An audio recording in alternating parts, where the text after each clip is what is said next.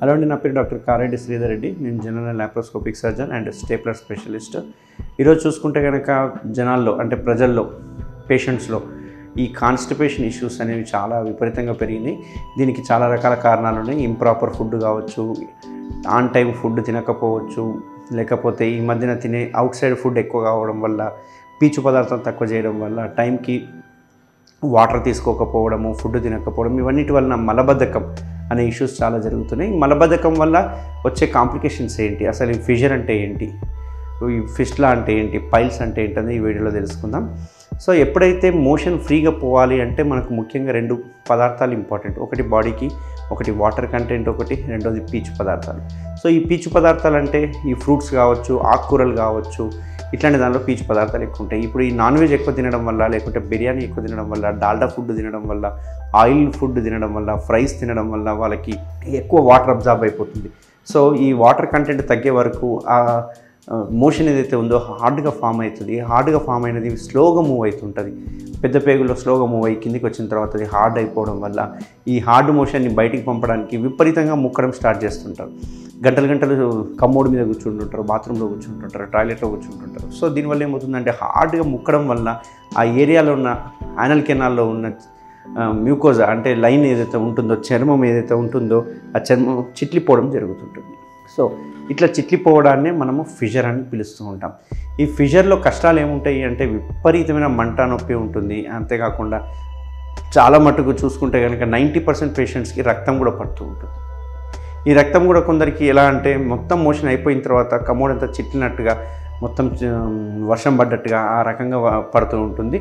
దానికి భయాందోళనకు గురైపోయి పైల్స్ ఏమైనా ఉన్నాయేమో, పైల్స్ పగిలిపోయినాయేమో అనుకుంటుంటారు. బట్ దీని ముఖ్య కారణం ఏంటంటే ఫిషర్. ఈ ఫిషర్ వలన విపరీతమైన మంట రావడమే కాకుండా బర్నింగ్ సెన్సేషన్ ఉంటుంది. మెయిన్గా ఫస్ట్ కంప్లైంట్ బర్నింగ్ సెన్సేషన్ ఉంటుంది.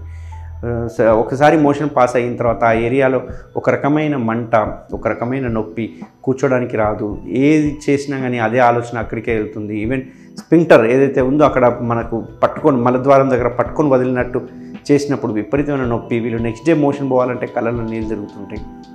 సో నెక్స్ట్ డే మోషన్ పోవడానికి కూడా భయపడుతుంటారు. సో భయపడి వాళ్ళు మోషన్ పోకుండా ఆపుకోవడం జరుగుతుంటుంది.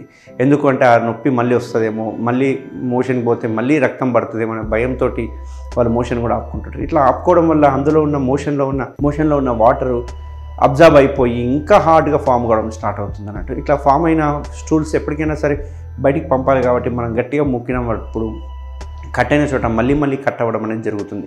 దీన్నే మనము క్రానిక్ ఫిషర్ అని కూడా అంటుంటాం. సో దీనికి ఏం చేయాలి దీనికి అంటే ఎవరైనా కనుక సింపుల్ చిట్కా ఏంటి అంటే, ఒక్కసారి కనుక రక్తం పడ్డా, ఈ రకంగా పెయిన్ వచ్చినా, ఈ రకంగా నొప్పి వచ్చినా, ఈ రకంగా బర్నింగ్ సెన్సేషన్ వచ్చినా ఇమ్మీడియట్గా మీకు మైండ్లో గుర్తు రావాల్సింది సిడ్జ్ బాత్. సిడ్జ్ బాత్ అంటే ఏంటి? సిడ్జ్ బాత్ అంటే ఒక పెద్ద టబ్ తీసుకోవాలి. ఈ టబ్లో హాట్ వాటర్ పోసేసి అందులో 2 చెంచాలు 2 టేబుల్ స్పూన్లు బెటాడిన్ అనే ఒక మందు దొరుకుతుంది. ఈ బెటాడిన్ వేసేసేయాలి. బెటాడిన్ వేసేసి ఈ వాటర్లో కూర్చోవాలి. వాటర్లో ఎంతసేపు కూర్చోవాలి అంటే 10 to 15 minutes కూర్చోవాలి. కూర్చోవడం ఒట్టిగా చేయకుండా మనము మోషన్ పోయినప్పుడు ఎలా అయితే పట్టుకొని వదులుతామో అలా పట్టుకొని వదలడం అనేవి ప్రాక్టీస్ చేయాలి. అట్లా 10 నుంచి 10 నిమిషాలు చేసుకుంటే కనుక ఇక్కడ 2 అడ్వాంటేజెస్ ఉంటాయి. ఒకటి సిడ్జ్ బాత్ చేయడం వల్ల అక్కడున్న బెటాడిన్, హాట్ వాటర్ అదంతా ఆ ఏరియాని శుభ్రం చేస్తుంది కాబట్టి అక్కడెక్కడ కట్ అయిన చోట మోషన్ అంటుకోకుండా ఉపయోగపడుతుంది. రెండో బెనిఫిట్ ఏంటి అంటే అక్కడ మనం Luke warm water, hot water వేయడం వల్ల అక్కడున్న కండరాలు స్పాజం నుంచి తప్పుకుంటాయి, స్పాజం నుంచి రిలీఫ్ అయిపోతాయి అన్నట్టు. ఎందుకంటే ఈ కండరాలు ఏవైతే ఉందో నొప్పి కాగానే మనకు తెలియకుండానే మన కంట్రోల్లో కొన్ని ఉంటాయి, బ్రెయిన్ కంట్రోల్లో కొన్ని ఉంటాయి. సో మన కంట్రోల్లో ఉన్నవి మనం రిలాక్స్ చేయొచ్చు. బ్రెయిన్లో ఉన్న కంట్రోల్ అన్నీ ఏం చేస్తాయంటే ఆటోమేటిక్గా స్పాజంలోకి వెళ్ళిపోతాయి. సో అక్కడ మోషన్ పోయే ద్వారం సన్నగా అవుతుంది. అప్పుడు మీకు విపరీతమైన మంట, నొప్పి ఉంటుంది అన్నట్టు. సో ఈ లూక్ వామ్ వాటర్లో మనం కూర్చోవడం వల్ల ఆ మజిల్స్ అనేవి స్పాజం నుంచి రిలీఫ్ అవుతాయి.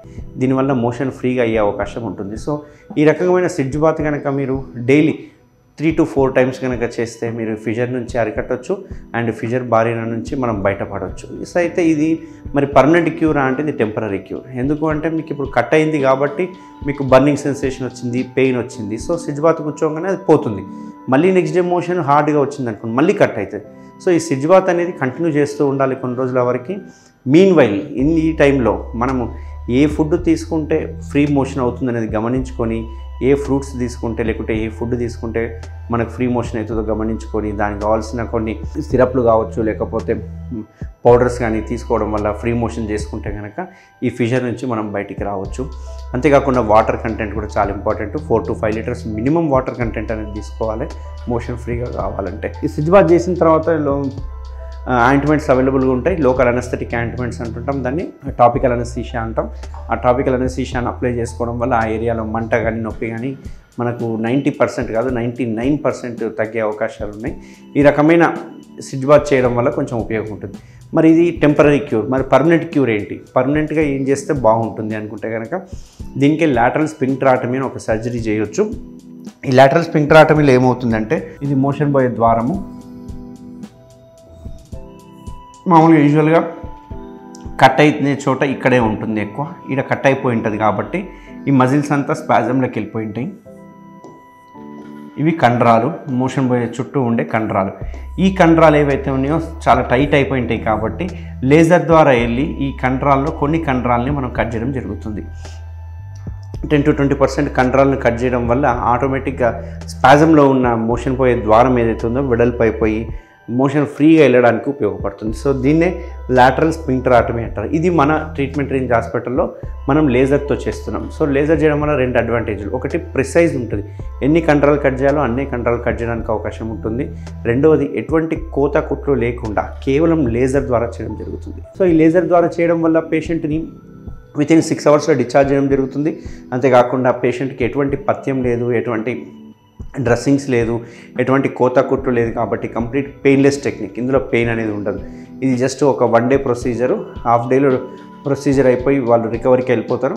8 అవర్స్లో మనం డిశ్చార్జ్ చేయడం జరుగుతుంది. నెక్స్ట్ డే నుంచి వాళ్ళ జాబ్కి వెళ్ళిపోవచ్చు. సో ఎవరికైనా ఈ సిమ్టమ్స్ ఉంటే కనుక లాటరల్ స్పింక్టరాటమీ సర్జరీ కావాలనుకుంటే కనుక ట్రీట్మెంట్ రేంజ్ హాస్పిటల్లో అవైలబుల్గా ఉంటాను. ఖచ్చితంగా లేజర్ ద్వారా చేయడం వల్ల ఎటువంటి సైడ్ ఎఫెక్ట్ లేకుండా దీన్ని పూర్తి చేసుకోవచ్చు. Thank you very much. Thank you Sridhar Reddy sir. Thank you doctor Sridhar Reddy sir. Thank you Sridhar Reddy sir. Thank you Sridhar Reddy sir. Thank you Sridhar Reddy sir. Thank you Sridhar Reddy sir. Thank you Sridhar Reddy sir. Thank you Sridhar Reddy sir. Thank you Sridhar Reddy sir. Thank you Sridhar Reddy sir.